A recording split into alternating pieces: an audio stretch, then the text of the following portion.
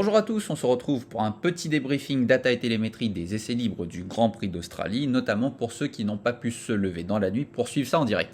Bien qu'il reste prudent, Charles Leclerc indique à l'issue des essais libres que le Grand Prix d'Australie constitue certainement la meilleure opportunité que Ferrari ait eue jusqu'à présent.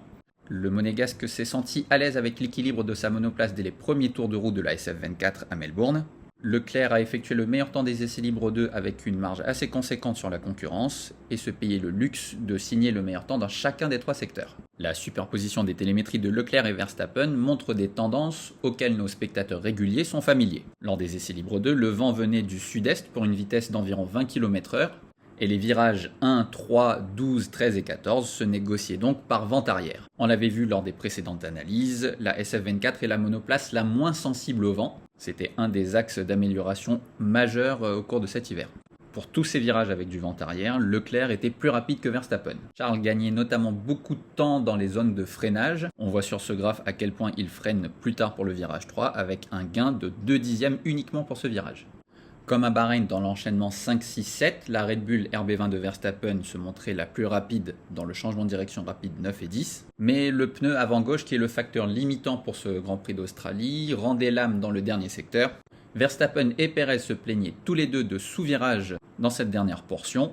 Et ce phénomène était clairement visible à la télémétrie, même dans les virages rapides du dernier secteur. Ce qu'il faut savoir, c'est qu'à la fin des essais libres 1, Verstappen est sorti large au virage 10. Il n'était pas le seul à être dans ce cas-là, mais dans la manœuvre, Verstappen a endommagé le soubassement de sa RB20, ce qui lui a valu d'être immobilisé pendant 20 minutes au début des essais libres 2. Du fait de ce contretemps, Verstappen n'a pas eu le temps qu'il souhaitait pour travailler sur ce problème de réglage.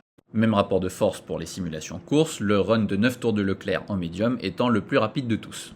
Cette année, Pirelli a apporté sa gamme de pneus les plus tendres pour Melbourne, à savoir les C3, C4 et C5, c'est un cran plus tendre que la gamme apportée en 2023, à savoir C2, C3, C4.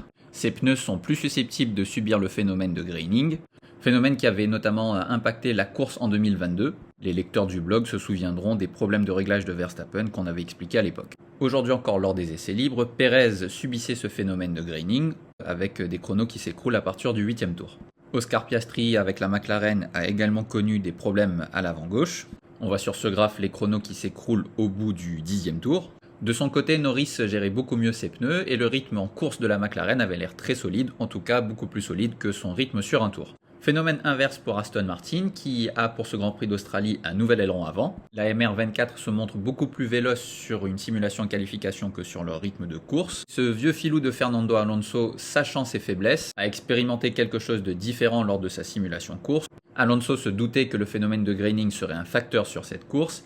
Il a donc commencé sa simulation avec 3 tours très lents pour voir si sur la durée d'un relais, cette entrée en douceur permettait de mieux sauvegarder les pneus en fin de run. On voit sur les superpositions des télémétries d'Alonso et de Stroll à quel point Alonso gérait ses pneus au cours des premiers tours. Si vous avez vu l'excellente immersion de l'équipe de Canal+ au sein de la Scuderia Ferrari, dans le documentaire Un hiver à Maranello, vous aurez sans doute noté la remarque de Leclerc lors de son débriefing après les essais libres 2 à Bahreïn, où il indiquait à ses ingénieurs que Ferrari gérait trop ses pneus dans le virage 12 et pas assez dans les virages 5, 6 et 7. À l'issue des essais libres 2 du Grand Prix d'Australie, les équipes effectueront donc le même travail en comparant les télémétries de leur simulation course avec celles de leurs concurrents. On vous met donc les télémétries de Leclerc superposées à celles de Norris. On voit sur ce graphe que Ferrari a utilisé un mode moteur assez conservateur et on note la supériorité de la SF23 donc au virage 1, virage 3, virage 12 et virage 14. Même exercice avec les superpositions de Leclerc et Stroll